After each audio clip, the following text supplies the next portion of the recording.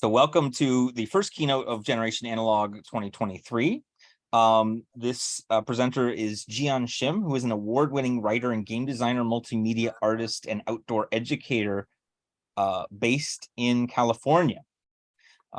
She is known for a prolific body of work with lyrical prose, innovative mechanics, and a consistent ability to create transformative connections between players and the world around them. I got to know Jeeyon at the moment when she was a nature educator and using games to teach kids about nature, and this work directly applied then to other work that she created, including, and I'm just going to name some wonderful games she's created over the last 5 years: Pin Feathers / Cloud Studies, Field Guide to Memory, Wait for Me, which I have the notebook I did that game in. It's a solo game, is sitting next to me.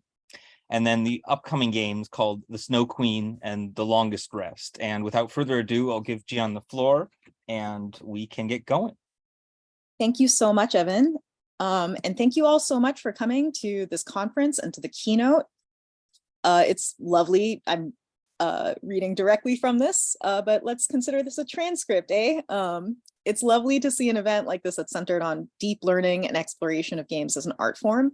I promise the photo of my cat is relevant for the first general note, which is that I want to give everyone a heads up. My web camera doesn't work. Feel free to imagine me as that guy or me. That's what I look like. Either way, hello. My second general note is that I like to structure talks and lessons to be somewhat interactive. Expect me at times to ask you to respond to prompts either in chat or the Discord, or depending on time, maybe even do a short activity with your hands at the comfort of your desk. But don't feel obligated to humor me. These are always optional. A third general note that isn't on here is that my entire presentation got wiped by my cat this morning. So the back end of this talk is not going to have as many visual resources. I might be a little bit more improvisatory. I hope that's okay with everybody. So for those of you who don't know me, I'm Jeeyon Shim. I've been an independent game designer since 2020. My body of work won the inaugural Diana Jones Emerging Designer Award, and Field Guide to Memory, the game I co-designed with writer and experienced designer Shingen Kaur, won an Indiecade that same year. I also have made a lot of other games. There is The Shape of Shadows, which is coming out to Kickstarter backers this fall and to the general public as well. This one game, How to Cook Your Mortal Enemy, is an example of the small games that I make more or less exclusively for my Patreon community. And there are probably over 24, maybe 36 games that range anywhere from a half page that you can fit on an index card to like a fairly chunky 20-page PDF. I also have The Snow Queen, which is a 2-player chess game about thwarted love and fairy tale tragedy, and The Longest Rest, which is a fantasy tavern horror game. The aesthetic and vibes of my body of work are really across the board, but they do have a consistent through line, and that is actually the kind of unusual way in which I came to game design. My entry into working as an independent game designer and small publisher, technically, was unconventional. I came to this work through outdoor education. For several years, I instructed and then was promoted to program coordinator and designer at a local outdoor ed company that primarily taught ecological stewardship and primarily taught to children. And one of their departments was a, no kidding, LARP department. It was called the Artisans Guild. And we used live action role playing, fantasy stories, all of that good stuff that we are very familiar with in the adult iterations and contexts as a vehicle to teach ecology and wildlife stewardship and how to be in community with the land around us. But I'm getting a little ahead of myself with that.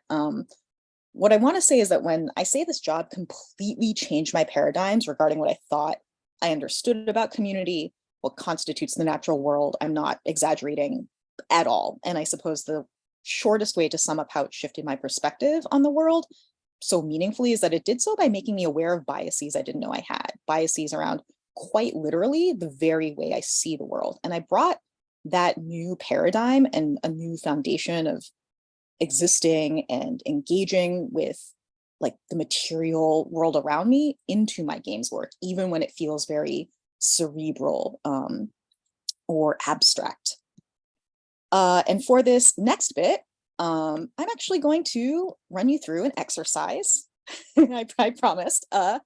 It's pretty simple. This was what we considered a programming staple whenever we ran natural camouflage games. Normally, this is something I taught in person, but the world being what it is, and this conference having the grace and consideration to conduct its programming remotely and keep all its community members safe, I'm going to have to improvise a little and adapt it. So thanks for bearing with me with it.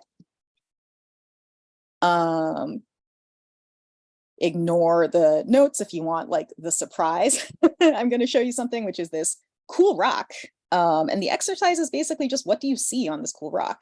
And go ahead and type it really fast into the chat. And I'm going to give this like 30 seconds. I wonder if I can go into presenter mode for this, actually. I can.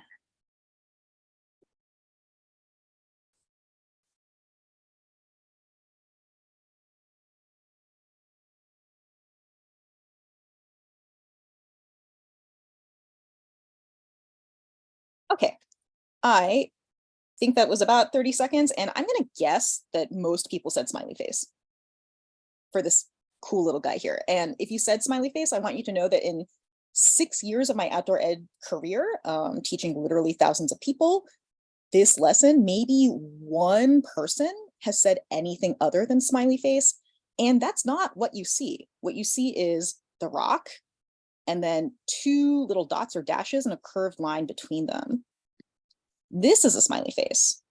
This isn't a gotcha. I'm not calling you all suckers. Like, this is a thing that our brains do, that we do as a species, and that many, many, many organisms do as their respective species. The face, its expression, and maybe even the feeling or emotion it conveys, those are all story. And we saw it because we are especially biased to see stories culturally, neurologically, subjectively in our own personal histories. This is just how we're wired. We see the happy little rock as a smiley face because that's a story we see. And that story isn't singular. It's the cumulative and layered story after story that we've received about what a smile is, about what happy looks like, about what a face is. And in this particular case, this is a blank example, all of the quote unquote faces I've shown you are pareidolias. And a pareidolia is the tendency for human perception to impose a meaningful interpretation on a nebulous stimulus, usually visual, so that one sees an object, pattern, or meaning where there is none. This is cloud gazing. This is tea reading. We have pareidolias and meaning making and story discovery woven into the warp and weft of the tapestry of human history. And it's because we have adapted the way that we make play and make experience and relate to each other to our tendency to tell stories.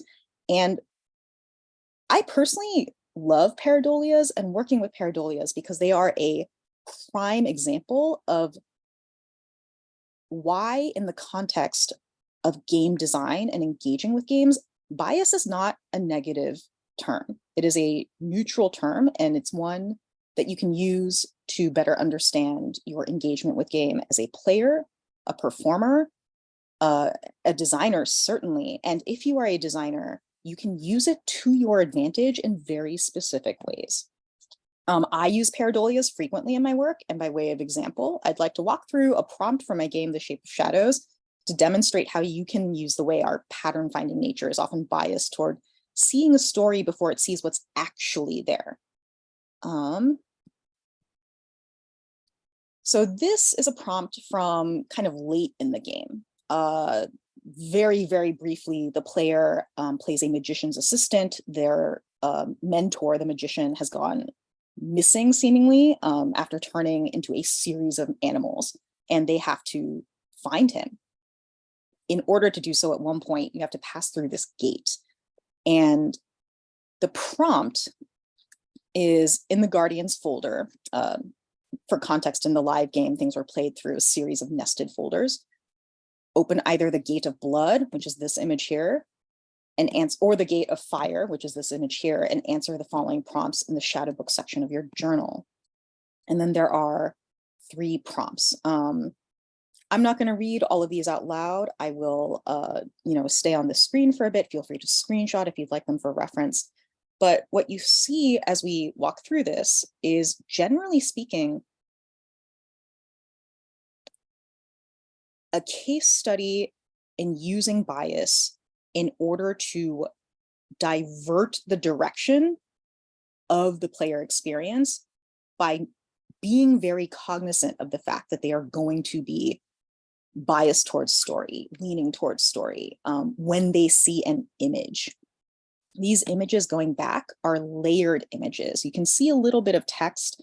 All of them are royalty-free assets that I got through Canva that I, then digitally collaged and painted and manipulated in order to create these kind of surreal plates. And each one of them has catalysts for things that happen mechanically and in the story of the game. And designing this was a really fascinating challenge because I don't know these people. I don't know who's going to be playing my game unless they tell me that they have. Designing an experience for people who you may never meet, who you may never even know exist, and yet have such an intimate engagement with your work and your intended path of experience design is really fascinating. And that's one of the ways in which I think understanding our pattern finding as bias and using that directly helps bridge that gap, even if you never meet these people for the rest of your life. Like, you will still have made that connection to them by understanding the core way that their mind is going to look for story instead of what they see right in front of them. So going back to these prompts, the basic structure is kind of like a Russian nesting doll, right? First, it's a first impression. There's a callback to times that the character has looked into the magician's mirror, which has certain supernatural properties, and saw your true self. And then leading questions. Why, just like that time, what you see in the gate fills you with joy. It's not why, just like that time, what you see in the gate makes you feel strongly. It's a very specific emotion that I wrote. And just like that time ties it directly to this previous prompt so that the player has an experiential anchor. And in this particular case, because this was a keepsake game, a physical anchor as well. At this point in the game, they had a physical journal, a planner just full of drawings and sigils and writing entries that they could refer back to. And they had essentially created a layered false set of memories, fictional set of memories for this character that they had been playing at this point for about 2 weeks. And so the experience of sifting through them in order to answer this prompt to pass through the first gate to look for the mentor figure mimicked on purpose the idea that we have of what memory is supposed to be like. Memory doesn't actually work this way, right? Memory doesn't actually exist like a diary that you can page through or a hard drive where you can look for files. It's a lot more nebulous and complicated. And the more we learn about it, kind of the less we understand in certain ways, but that is how we think that memory works. And so by mimicking that experience through the physical object that, if they'd been playing the game by following the prompts as written, they had in their hands with plenty of raw material to work from, it is mimicking what they think the experience of going through memory is going to be, which is very core to the thematic heart of this game. Then the next prompt is to direct them to actually look at these images and to describe them in more detail. Because one of the things I've discovered in my work in game design is that structured choice is often a lot more helpful than completely open choice. If you feel stuck, look at the images that represent the gate and choose features of the various animals you can make out within them. Now, there's a lot more than animals in here, but I say animals because they're easy to notice, they stand out a little bit more, and it's a springboard for a player who might be feeling a little bit overwhelmed by choice to just immediately take and run with. But that is also a guided question, a loaded question, for reasons that will become apparent later. And then looking again at the gate, right, the first two individual living things you notice in the composite image, do the same for the other gate. Here is the way that the player was meant to use the pareidolias and the hidden images within the structured images. If you notice a plant, it is transmuted into a shield.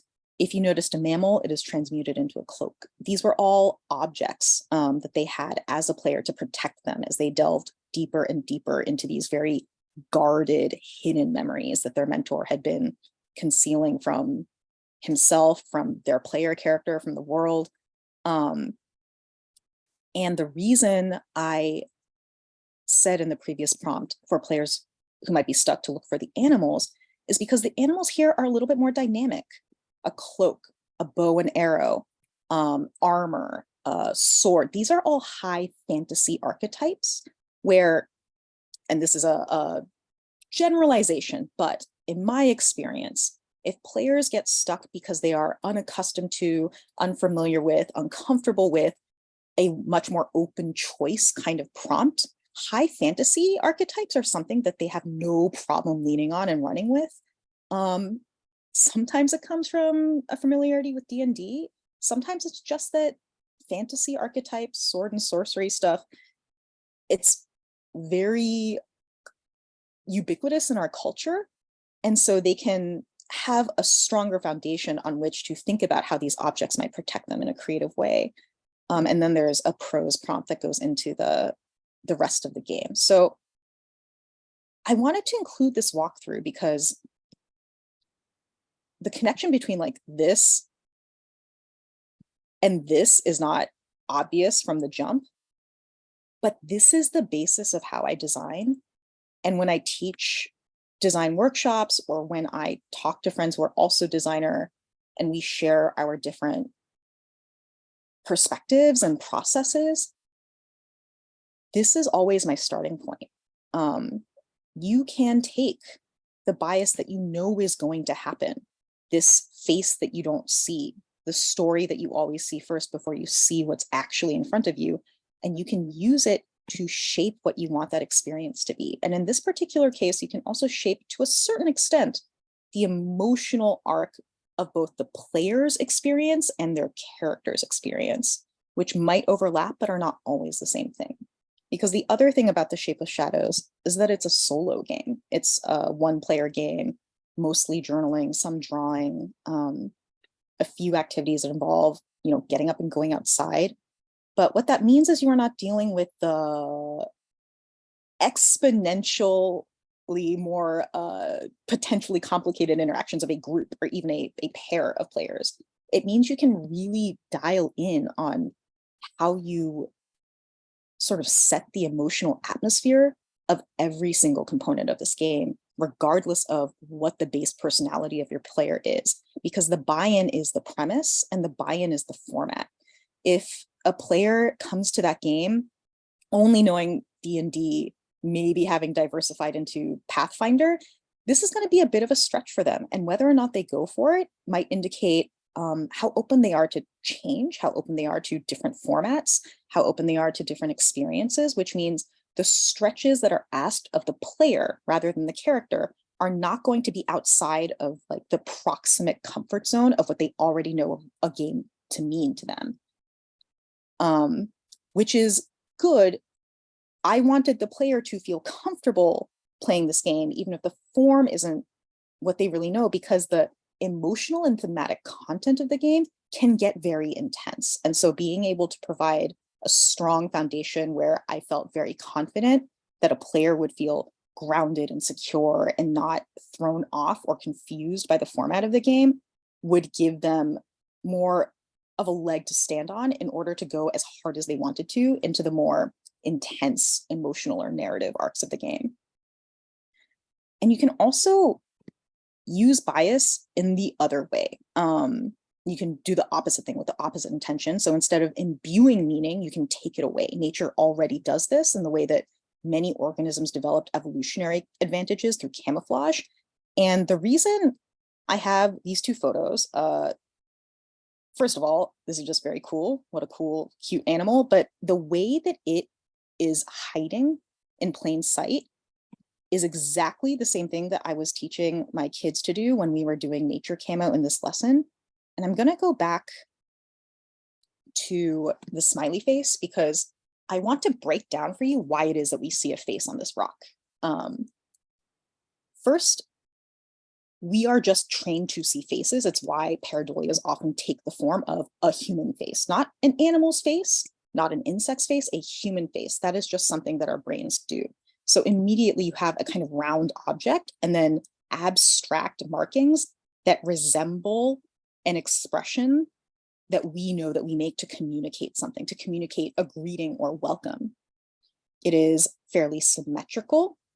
There are very clear areas of highlights and shadow or lowlights. There aren't that many midtones in it. It's very high contrast. And there aren't that many other patterns or colors on this. This owl is symmetrical. It's got highlights and lowlights, but everything else is broken up in order to guide your eye from to guide your eye away from the symmetry, to guide your eye away from all of the things that you might recognize as, oh, that is a bird, oh, that is an owl. Instead, as you cast your eye over the landscape, unless you are looking for it or just in the habit of being observational in this way, you're probably just going to see like an old gnarly tree. And the commonalities you see here are asymmetry, a mix of highlight, lowlight, and midtone, different textures and patterns. When we got really intense with the natural camo at my job, we would quite literally just cake ourselves in mud and roll around in like the leaf litter and the dirt and the forest stuff, sometimes even gravel, in order to make our skin not look like skin. We are so trained to recognize each other. And once you start living a life that has routines or patterns, you are very trained to recognize what makes up what you consider the fabric of your life. And so if you want to hide that, or if you want to guide someone's notice away from that, you break it up. And this technique is also really, really useful when it comes to design. And it's also very useful when it comes to engaging as a player, or if you're doing analysis of a game, or if you are performing, because obviously by doing the opposite of what your natural pattern finding expectations are going to do, it's a little subversive. Not in terms of subversion of a theoretical paradigm or subversion of ideology, but rather just subversion of like how your brain works. And that is an extremely versatile tool across the board if you engage with this particular style of tabletop games. Story is how we see the world, and people who engage deeply with game design as designers or players, performers, and teachers are all more primed to use story as a tool, and in my experience, somewhat more susceptible to falling for its biases. But bias in the context of making games and designing isn't always a bad thing when you're a designer. And I think, all the examples that I've shown so far have really emphasized the way that it is not only a tool in your tool set, it is a very strong tool in your tool set when you are doing the analysis of the art form and the analysis of what experience design and game design means, which, as any of these roles within the industry, is really, really important to understand. And it's a known tool, it's a versatile tool. The other arena in which I see bias in the sort of broad sense in which we are defining or explaining it come up is in what we see and know without knowing the name, in what we see without verbal recognition. And a lot of that comes from sorry, this is the part of the presentation that Onion just straight up ate. So at this point, I am going off of very skeleton notes, but this example is in here and I think it is still very illustrative of what I'm trying to explain. It's a short anecdote. I was sharing a conversation with an old colleague while we were on site for a training retreat. I'm going to call him Lyle for the purposes of this anecdote because I neglected to get his permission to tell it and share his actual name. And at this point in time, I was really new to coordinating. I had just been promoted from an instructor. And for a little context about myself, I am not someone who grew up being super outdoorsy. The first time I went camping was at my staff training for this job, the first summer I worked it. I was brand new, but I loved being outside and I love nature. I just didn't know anything. And during this retreat, during a lunch break, I found a really cool berry. It was like a beautiful salmon sunset pink. And I was 99.99% it was edible, but it also happens to have a lookalike that won't kill you, but it will make you wish it killed you for about like 3 days. And I called Lyle over and I was like, hey, Lyle, do you know? And before I even finished my sentence, he identified it.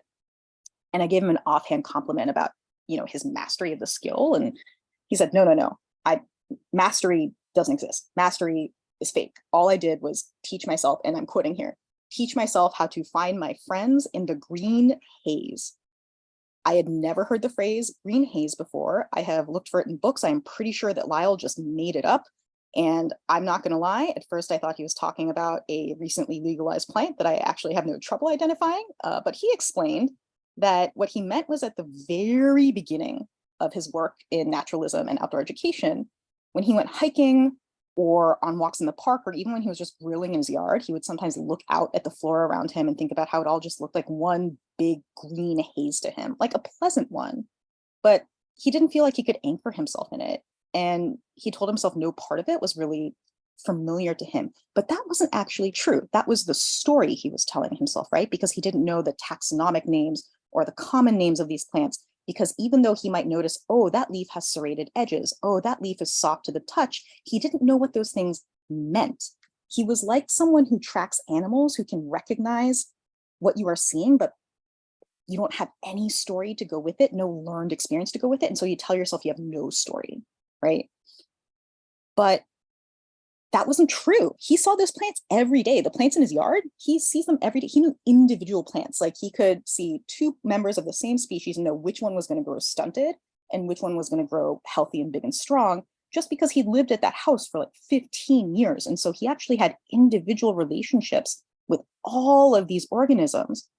And once he started doing this work with outdoor education, with naturalism, plant identification and foraging, suddenly he started recognizing his friends in the green haze. Suddenly he would look out in his yard and go, oh, I know that plant. That's a salmonberry.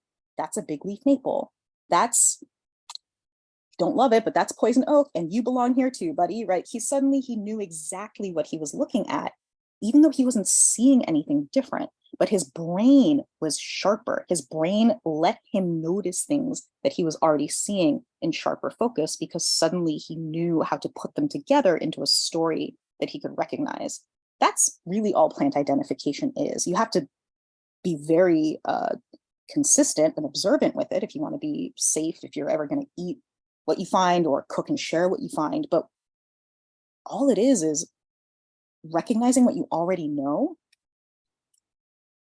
and learning which story is real. I love the green haze story because this happened to me too. Like I, at that point, had lived in California for a very long time, but if I had to guess, I could maybe identify 6 plants offhand. And after that, I would really have to strain, the well of my experience. But now when I go for a walk, this sounds so cheesy, but it really does feel like I am seeing my friends kind of across the way or bumping into them at the store. They're everywhere. All of these plants that I know, all of these birds and animals that I know. And it's because I learned to see what was in front of me. I was once asked what skill from outdoor education, I wish every game designer knew. And, you know, I was really torn, but I think it's a 50-50 between plant identification and animal tracking for this exact reason. Because for both of them, you generally tend to go in with an agenda. Me, I am very food motivated. I love cooking. I love eating. I love good food. So when I started doing plant identification, it was for the number one purpose of foraging edible food and cooking with it and learning its properties, which meant I was really eager to see good things to eat, even when often I was looking at their lookalikes or I hadn't quite identified it. And I also met people who kind of swung the other way, who really loved cooking and eating and wanted to learn wild ingredients, but were very, very scared of getting the wrong thing and maybe making themselves really sick or worse.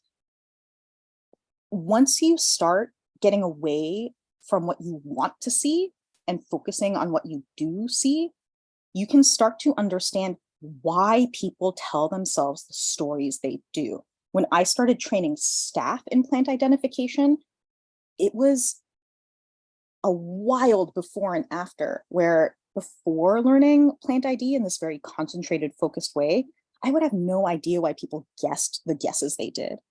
But then as I started training staff and had to program design around it, I understood why someone might see something that was poisonous or just non-edible and be so determined to explain to me why it was something really delicious. And it's because they really wanted to try it. You know, they were curious, they wanted to explore. So often the best way to redirect them and guide them was to find an example of the plant that they wanted to eat or wanted to find, and then bring it over to the other one so they could actually see the differences firsthand.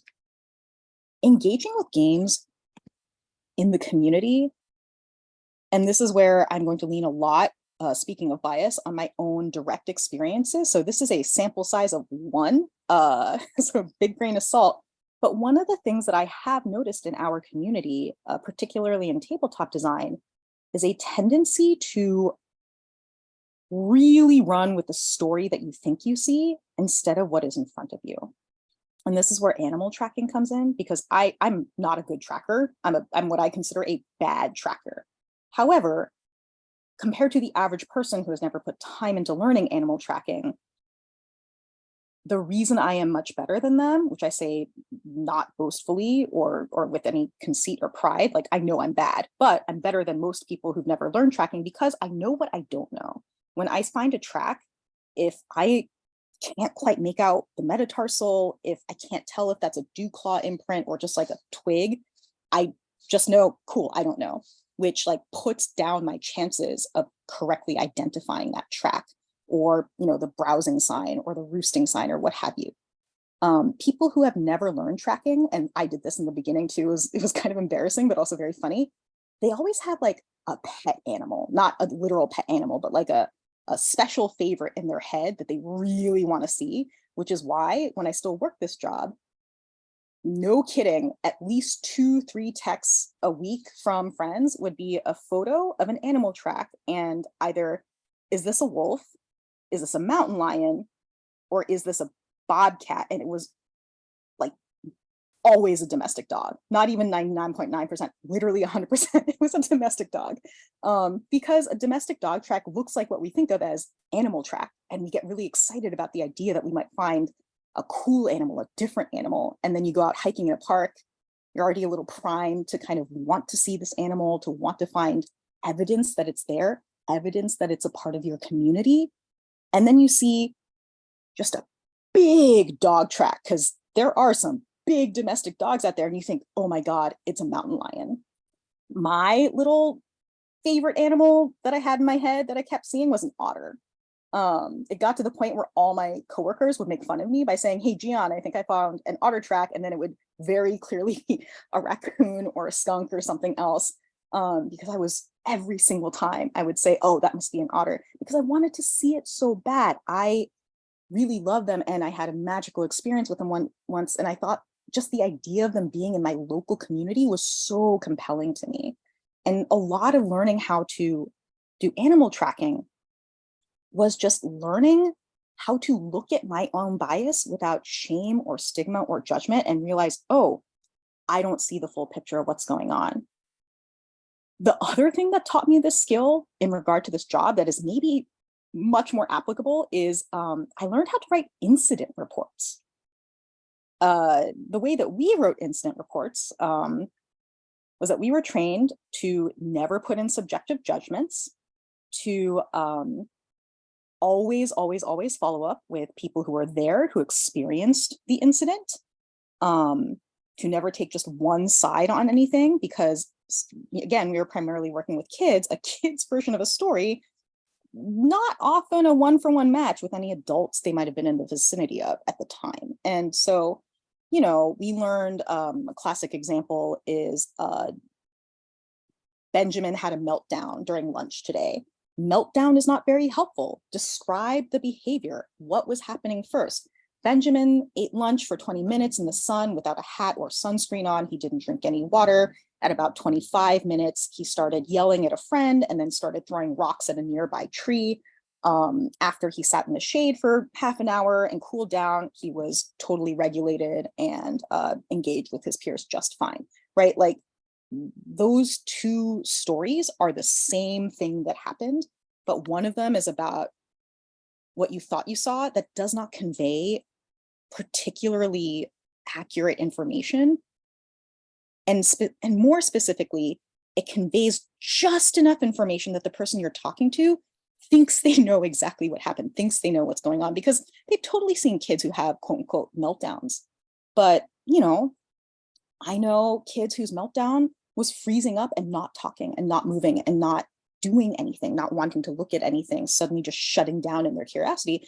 And I knew kids whose meltdown was, you know, kicking a tree for 40 minutes straight until they felt, you know, more physically regulated and could come back. Those two behavior sets are so different, but they were having the same internal experience.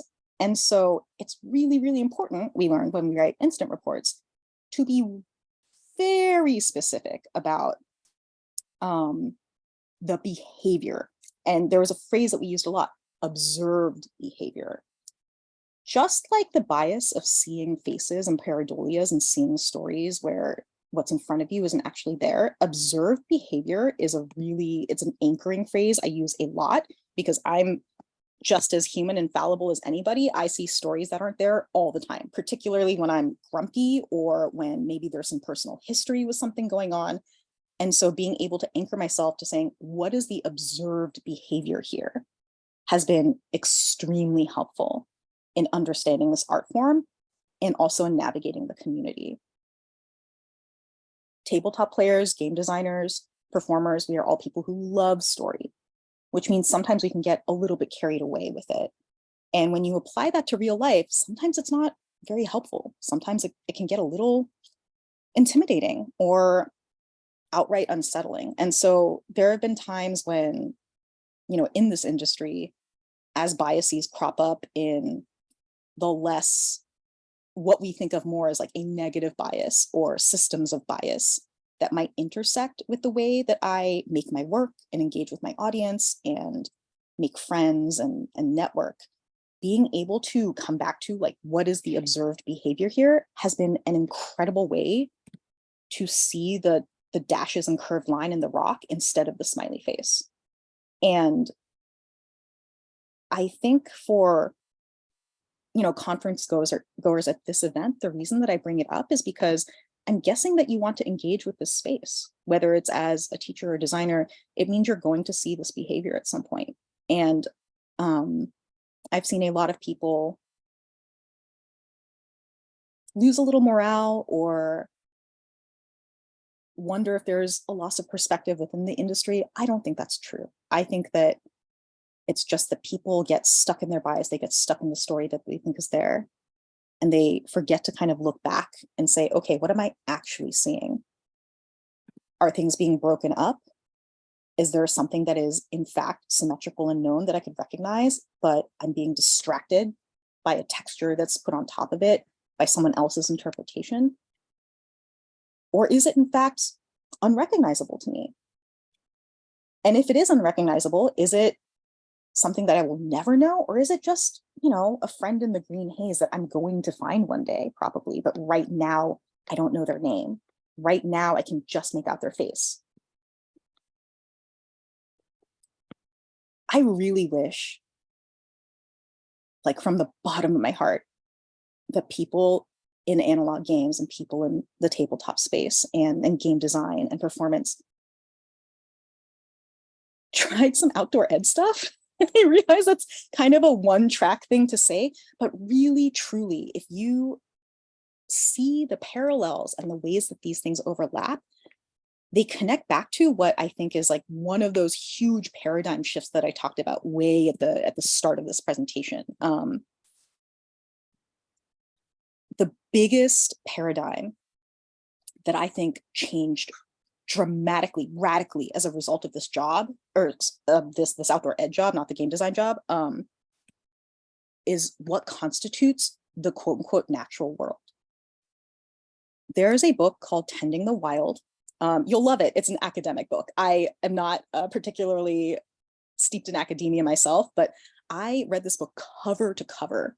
It is not a bestseller formatted book. It's like 500 pages of very dry writing and diagrams, but it is about the history of European settlement in indigenous California communities and how it affected cultivation and land tending. And through reading this book, I learned that my entire concept of what wilderness is, my entire concept of what nature is, was completely wrong. For the sake of time, I'm not going to run us through this exercise, but something I do with my students often, especially during our School of Magic camp or my micro school, which was the one academic program that we had that I taught and designed for, was, what do you mean when you say nature? And I would have them talk about it or write about it. And I would also say, what do you mean when you say wild? Because the thing about the history of indigenous land management in California is that everything was cultivated. If you go to the Oakland Museum of California, I think they still have it in their collection. There's a hunting bow, which when I was learning how to make bows and arrows and at the time making a bow of my own, I looked at that hunting bow and just thought, how the hell did they make that? Because it was made from a redbud tree, which if you've ever seen a redbud tree, they're beautiful. They have these gorgeous little pink flowers, this like russet mahogany bark, and they are gnarly as all get out. Like there is not a straight line to be found on them. And when you make a bow, you want the straightest grain possible. If there's even a slight lean to a stave that you are carving down to make a bow, it can wreck the whole object, either while you're making it or when you draw that string back and it just explodes in your hand. And so I would look at these redbud trees that I saw, you know, in the park on walks and think, how did they make that bow? Because it was a sturdy, heavy draw bow. It was intended to take down deer and rabbits from a distance. And when I read Tending the Wild, what I learned is that indigenous communities would prune. They would pollard trees. They would deliberately, I guess you could say, selectively breed them or condition them to give you the straightest branches or the straightest sapling trunks that that tree could possibly genetically give you. And from there, they would make the bow. But after settlement, and then after the Parks Department and the Bureau of Land Management introduced this different framework for what it means to tend the wild, as it were, that cultivation is no longer really possible on a general level. And certainly at this point, I wouldn't trust the lay public to do so, because a lot of us just don't have the information to know how to do so in a way that is mutually beneficial with any given ecosystem. I can't go out and cultivate a redbud tree in order to get me that bow stave to make me that sweet ass bow, because I don't actually know how to do that. I wasn't raised in it. It's not generational. But that's how it was done. And every time I go out to a park now, all I can think about is that most of the people there are probably thinking like, look at this beautiful, pristine wilderness. This is how it should be. And they are right and wrong in that we should connect the land. I think that that is in many ways an imperative. We should remember that like all the organisms in any given ecosystem are just as much a member of our community as any person that we happen to know. At my old job, when we said the word community, we had a policy. It wasn't an official work policy, but we were strongly socially encouraged to say human and non-human community. So I think that that is true. This is the way it should be, in the sense that we should feel this feeling. But what we think of as wilderness is a story. And the history of that story is not light and magic. It comes out of colonialism. It comes out of genocide. It comes out of entire folkways being nearly eradicated. But it also comes out of a great love for wanting the land to be preserved. It comes out of love for all the flora and fauna on it. And both of those things have to be true, because that's the way that the world is, which means any story that you construct in this world is going to have biases that fall on either side of that scale. The reason I like to end talks like this, talking about tending the wild, is because, again, at the risk of sounding kind of corny, I think you could apply some of those histories of cultivation to your own work. Think about what it is that you prune without thinking about it, and think about what you could cultivate really deliberately, really consciously, maybe just to see. We got permission from a private park, a ranger at a private park, to select like 10 trees of an invasive species and try pruning them and cultivating them and using some of these techniques we learned about. And I'm certain that within the context of games, game design, game analysis, there are arenas of your life in which you could actually look at, what is the story I'm seeing? What is the information I'm seeing? What is the observed behavior? Do I want to change that? If so, how do I want to change that? Do I want to guide it? If I am making an experience for somebody else, how do I want them to see the world that I see? And I hope you see some really wonderful things. In spite of all of the uncertainty and anxiety and crisis that we are experiencing as a species collectively, the world is so beautiful. This is the cheesiest I get, but I mean it so sincerely. And one of the reasons why I love game design is that it is a celebration of the world at its best when you're doing it right.